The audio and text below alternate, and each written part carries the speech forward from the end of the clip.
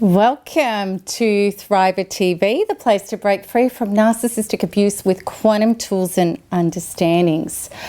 So many people ask me this question, and maybe the following questions go round and round in your mind too.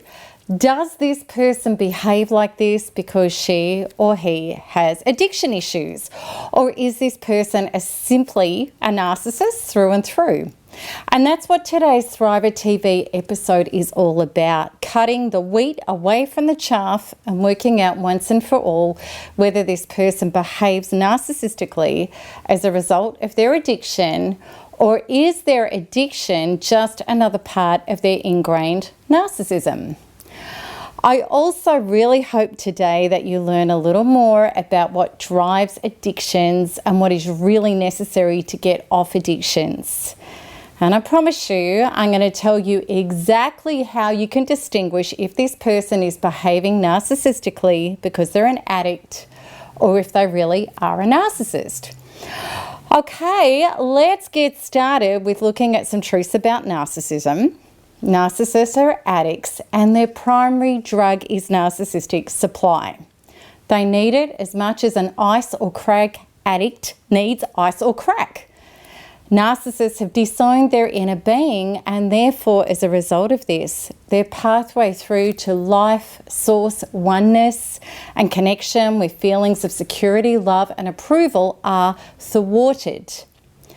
Narcissists are out on the raw, rugged edge, feeling terminally uneasy, distrusting, and insecure, and therefore they suffer inescapable emotional trauma, meaning self-medication is needed in order to function.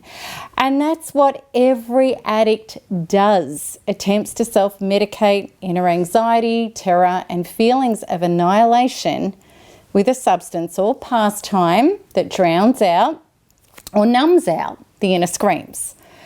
Narcissists frenetically seek narcissistic supply, acclaim, accolades, attention, and notoriety. All of this is known as significance. A narcissist without narcissistic supply is as empty and as manically depressed, panicked, nasty, or catatonic as any hardcore drug addict unable to score. The truth is this: if this primary addiction is not cleaned up, then this person will never be available to truly love you and supply you with a healthy, happy life, because their life is all about them, getting the drug that makes them feel better. If you're not supplying the drug of narcissistic supply adequately enough, you'll be punished or discarded. If somebody else comes along with a better offer, the narcissist will shift their attention and allegiance there. The narcissist is not interested in healing and reviving their true self or getting off the addiction of narcissistic supply.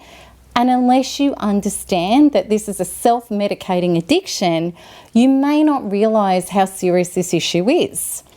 You may think that the narcissist's sex addictions, alcoholism, gambling, or whatever it is that he or she has a co-addiction to is the true issue, because that's what we're all taught to believe.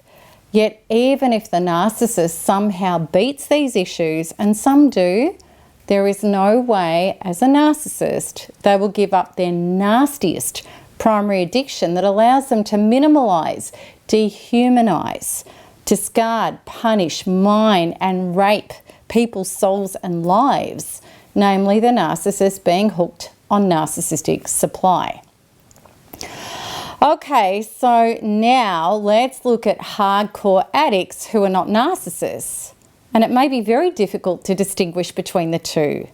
Addicts are nasty, angry, accusatory, and usually refuse to take responsibility for their behaviour. Additionally, they pathologically lie in order to maintain and regulate the supply of their addiction. Just like narcissists, they are unavailable to connect, love, or care for others because it's all about them, specifically feeding the addiction going on inside them. And it doesn't matter what this addiction is, it's all the same. The addiction is a symptom of some deeper trauma. These addicts, like all addicts, are self-medicating the inner emptiness and pain of unworthiness, the anxieties and fear that are all to do with unresolved traumas. And what often happens with any addict is this: if they give up an addiction through sheer willpower, rather than doing the inner work, they usually pick up another addiction to replace it, because there is still the need to self-medicate the still existing inner trauma. This is very true for narcissists too. The truth is they never give up narcissistic supply, and terrible abusive behaviour ensues, whether they're drinking, gambling, or being sex and porn addicts or not.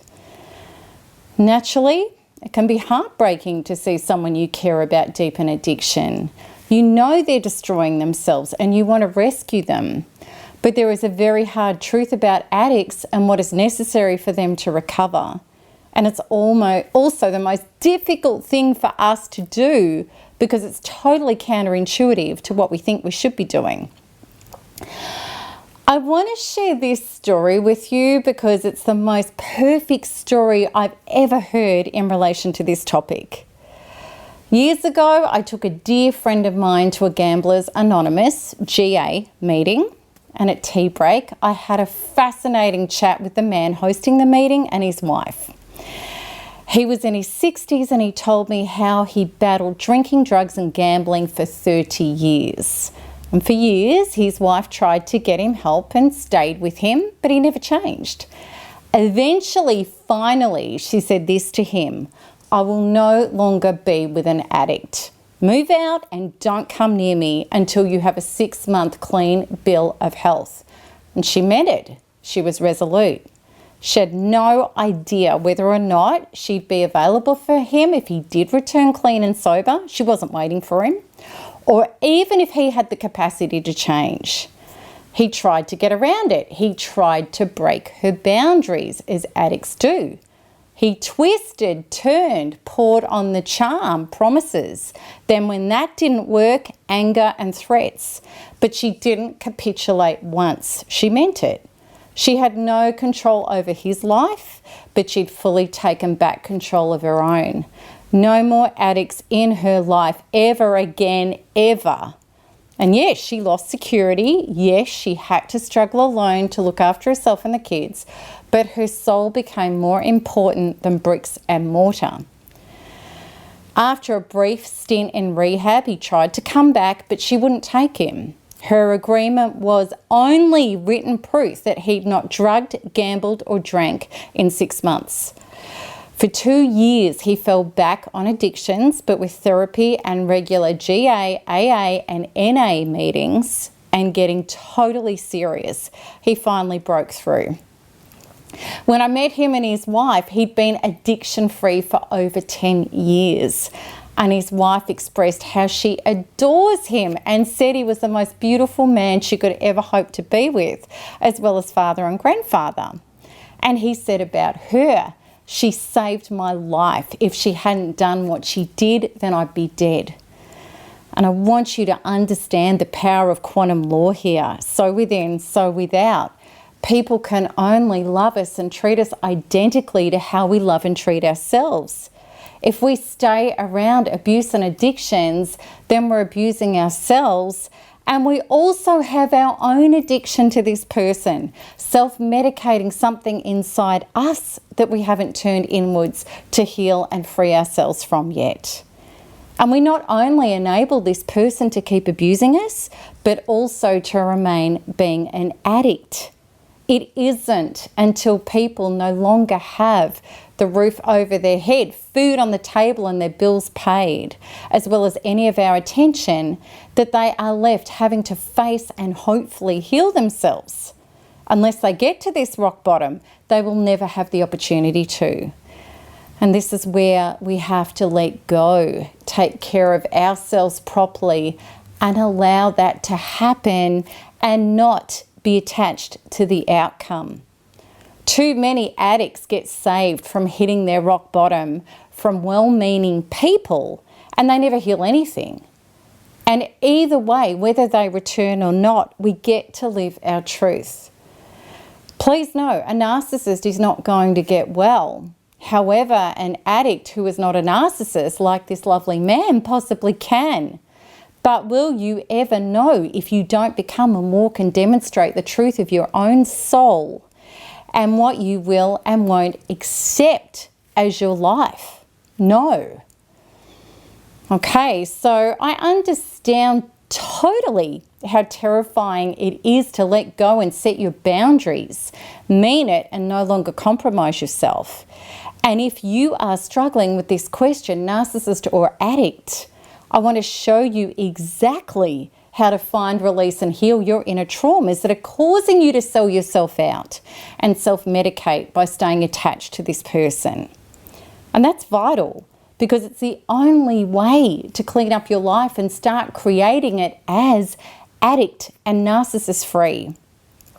So to get started on this and get relief ASAP, you can sign up to my free 16-day recovery course, which includes a profoundly healing workshop with me, a set of ebooks, and lots more. So to access these, just click the link at the top right of this video. And if you want to see more videos, make sure you like and subscribe so you get notified as soon as each new video is released. So until next time, keep smiling, keep healing, and keep thriving, because there's nothing else to do. Lots of love. Bye-bye.